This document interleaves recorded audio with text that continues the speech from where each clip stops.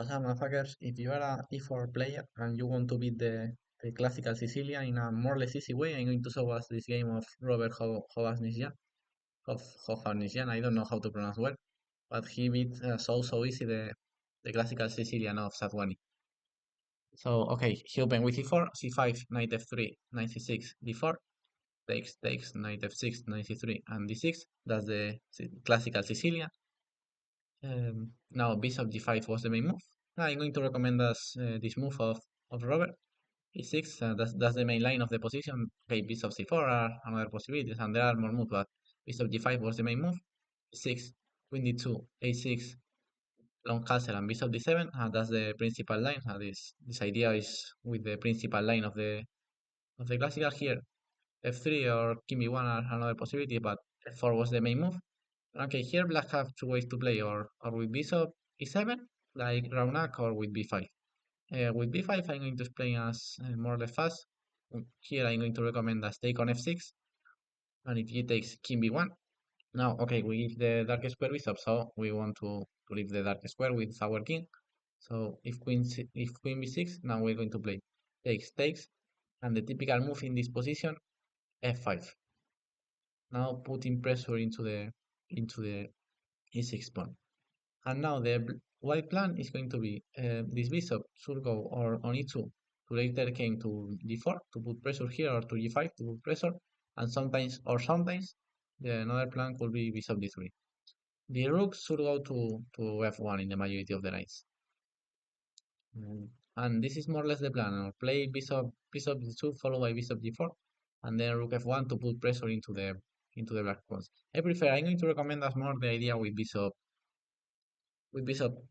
e3 to play the idea with bishop e2 to play bishop d4 and put pressure into this pawn. Or queen d3 followed by queen e3 would be another idea. Uh, in some position 92, 94 are possible, but just in this position is maybe not the best. But okay, 92 followed by 94 could be another way. But okay, bishop e7 was the main move, is the move that you are going to face the most. And now, important, that's the principal position of the classical Sicilian. And now, important move, knight f3. The idea of knight e3 is play. Okay, have two ideas, but the principal was play e5 at the next move. But okay, have more ideas. Now we're going to see why. Because after b5, the one idea was e5. But the problem of e5 is this fourth line. Before b takes, queen c3, g takes. I don't like so much this position because now there are open fights to black have open fights to attack the white king. So I'm not going to recommend that. I'm going to show us the Robert move with bishop f6. And now we saw the other idea of move the knight. Because if we take here on b6, and for example, black can recapture with the bishop. And okay, this pawn doesn't work. To take it does this pawn doesn't work. Why black already can move for queen 5, queen b6, or take here, and in this position black have his counterplay a path. He always can take this pawn if he wants. So the idea of knight b3 is open the d file to can capture on f6, and here black cannot recapture because now queen d6 with so strong. So that's the idea of knight f3. One idea could be play e5, and the other idea is take on f6 to come take on d6. So for that reason, after bishop f6, black should recapture with the g pawn, and now the typical move that I explained us some moments ago, f5, queen b6, king b1, like I told you. We give the dark square bishop, so now we are going to put the king in the opposite color. Stone castle, and in the past I forget to talk about this move, but okay, now let's see how Robert plays. In this position there are hundred of games.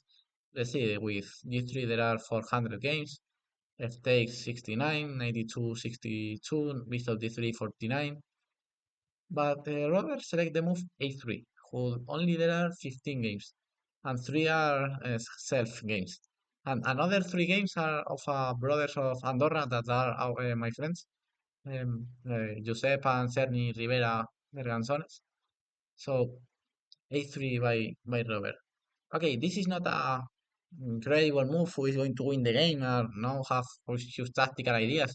No, it's just a idea, an interesting sideline who asked black, what are you going to do? Now, the problem for black is that he should choose a plan, and it's not clear for black how to continue. Of course, the idea of this move is stop before. That's the principal idea. That black one day can play before. So with a3 we are stopping before and giving a square for the king, who is always useful. But the principal idea is stop before. So okay, now let's see how black can do.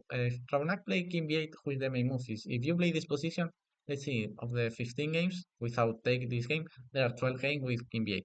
So you're going to face king b8. So for that reason, I'm going to focus more on king b8, who was the move played by Ravenach.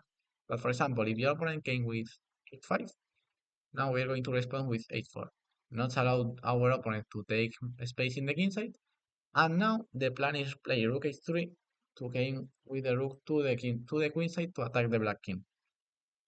And if black plays king c7, we're just going to develop the bishop and still play. Later, some moves like, for example, h4, rook h3, or rook f1 are in there. And okay, Raunaq plays king b8.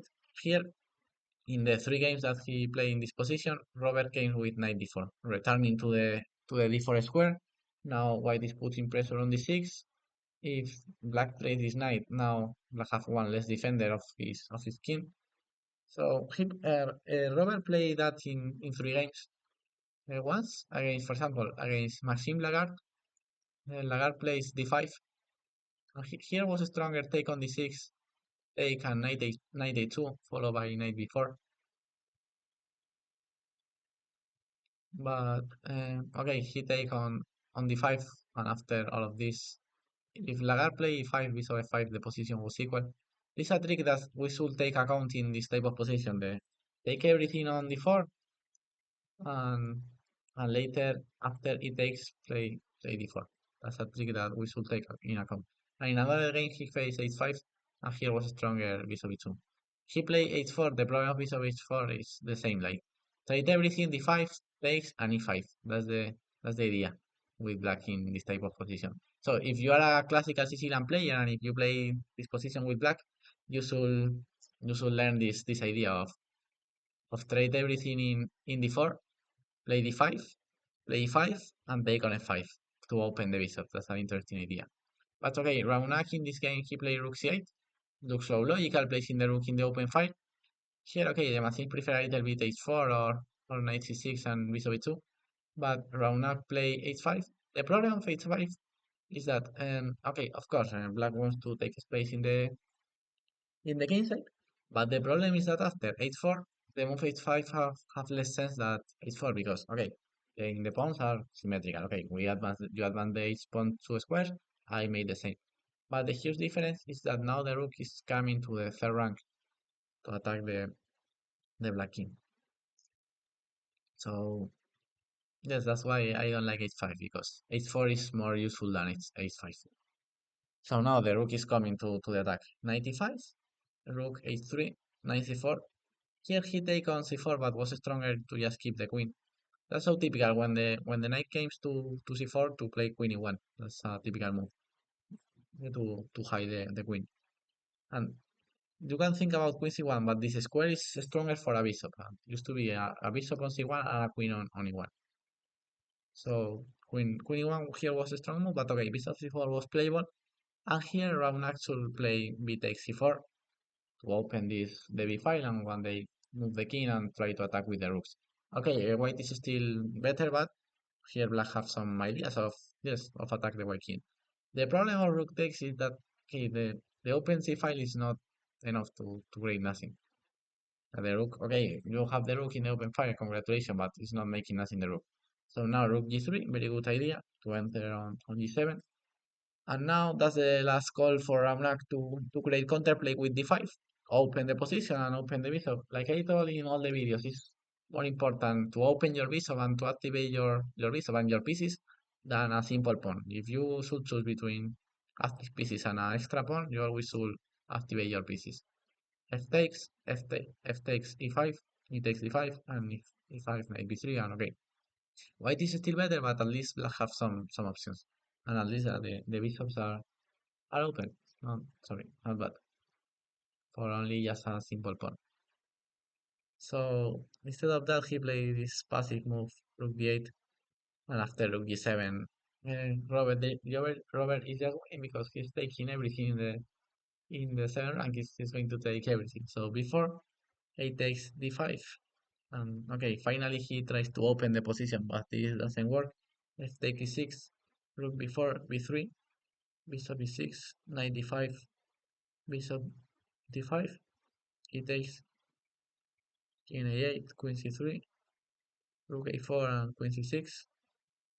And here, why just is black resign because okay, he should take and now the three black pieces are hanging. So very good game of Robert. He won so easy. It's incredible that just in the move 21 he's winning, and he made the idea of a3 in the move 14. So only need 7 more moves to reach a completely winning position. This talks very good about the a3 move, of course. So I hope that you can employ that idea of a3 in this position, and I hope that you won many games with this idea of a3 in the main position of the because if you play bishop d5 against the classical, I think that you are going to reach this position many times because that's the main position of the Sicilian. So I hope that you enjoy the video and learn how to beat the classical Sicilian, and let's see how continues the tournament. Bye bye, my fuckers.